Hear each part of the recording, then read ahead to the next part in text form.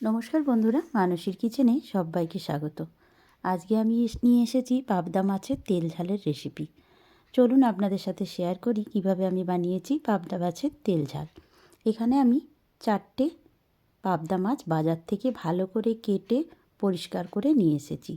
যেভাবে বাজারে বিক্রি হলে ওরা পরিষ্কার করে দেয়, মাথাটা বাদ দিয়ে দিয়েছে, সেখানে যে ফুলকো থাকে লেজার অংশ বা তেলটাকেও কেটে বাদ দিয়ে দিয়েছে। এবার দেখুন পেটটা কেটে তেলটাকে বের করে দিয়েছে। এবার ভালোভাবে ধুয়ে আমি একটা থালায় নিয়েছি আর লবণ আর হলুদ পরিমাণ মতো মাখিয়ে নিচ্ছি। লবণ আর হলুদটা কিছুক্ষণ মাখিয়ে রেখে দিলে তাহলে মাছের মধ্যে ভালোভাবে লবণ হলুদটা ঢুকে যায়, মাছের টেস্টটাও বেড়ে যায়। না হলে কিন্তু এটা পানসে ভাব লাগে। কিছুক্ষণ মাখিয়ে রাখলে এটা ভালো হয়। আর এখানে দেখুন 5-7 মিনিট আমি মাছটাকে ম্যারিনেট হতে দিলাম। আর এখানে সর্ষের তেলটা গরম হতে দিয়েছি গ্যাস ওভেনে। আর হলুদ সর্ষে, কালো সর্ষে আর পোস্ত 1 চামচ করে নিয়েছি। আর এগুলোকে আমি শিলনোড়ার সাহায্যে ভালোভাবে বেটে নেব। ততক্ষণে দেখুন সর্ষের তেলটা খুব ভালোভাবে গরম হয়ে গেছে। তাই গ্যাসের ফ্লেমটাকে একটু কমিয়ে রেখে আমি 2টো মাছ এই তেলের মধ্যে ছেড়ে দিলাম ভাজতে দিই। এবার তেলটা একটু ঘুরিয়ে নিচ্ছি চারিদিকে, যাতে মাছগুলো ভালোভাবে সমানভাবে তেলটা পায় আর ভালোভাবে ভাজাটা হয়ে যায়। আর এখানে দেখুন খুব বেশি কড়া করে কিন্তু আমি মাছগুলোকে ভাজবো না, একটু হালকা ভাজলে এই মাছের টেস্ট কিন্তু ভালো হয়।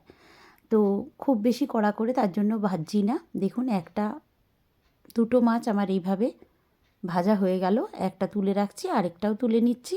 এইভাবে যে আরও 2টো বাকি আছে ভাজতে, সেই দুটোকেও কিন্তু আমি ভেজে নেব।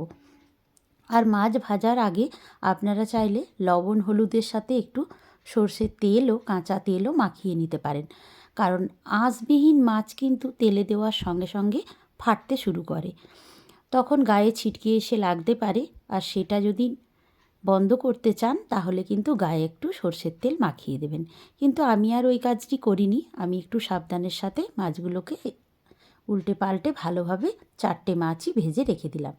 আর অন্যদিকে দেখুন আমার যে মিশ্রণটা ছিল সেটাকে বাটনাটা শিলনোড়ার সাহায্যে আমি পোস্ত সর্ষে খুব ভালোভাবে বেটে রেখেছিলাম, সেটাকে একটু জলে গুলে রাখলাম।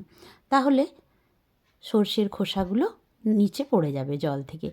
আর এখানে যে অবশিষ্ট তেলটা ছিল সেই তেলটাতেই আমি একটু 5 ফোড়ন দিয়ে দিলাম।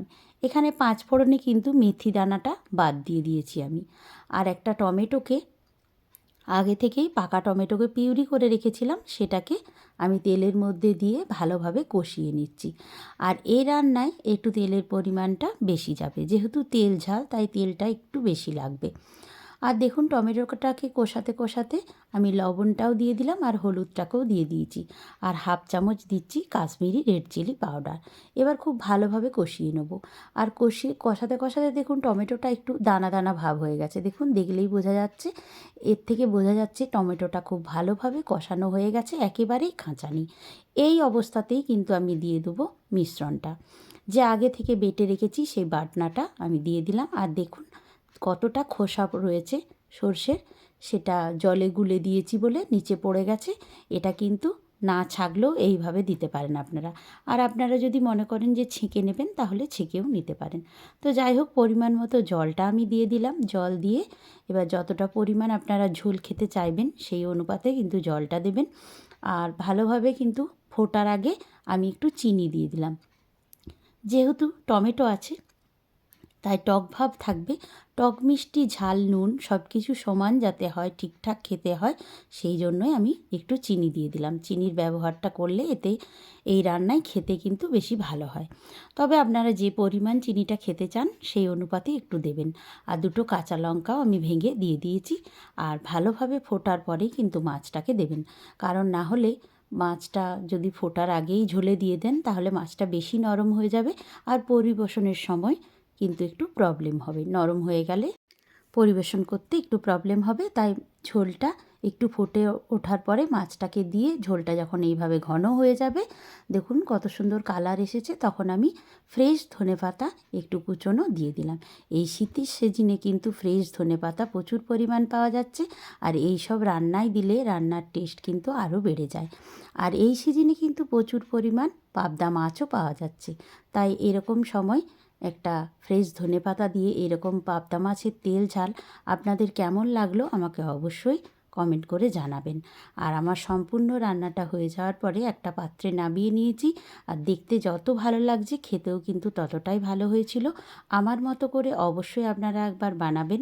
আর এতে কিন্তু খুবই সাধারণ উপকরণ দিয়ে তৈরি, এতে কিন্তু বিশেষ কোনো উপকরণ পড়েনি, যেগুলো আমাদের বাড়িতে অ্যাভেলেবেল থাকে সেই সব দিয়েই কিন্তু রান্না করা হয়েছে। আর অনুষ্ঠান বাড়ির থেকে কিন্তু কোনো অংশে কম হবে না খেতে। তো আপনাদের রেসিপিটা অবশ্যই ভালো লেগেছে। তো সবাই ভালো থাকবেন, সুস্থ থাকবেন। আজকের মতো এই পর্যন্ত।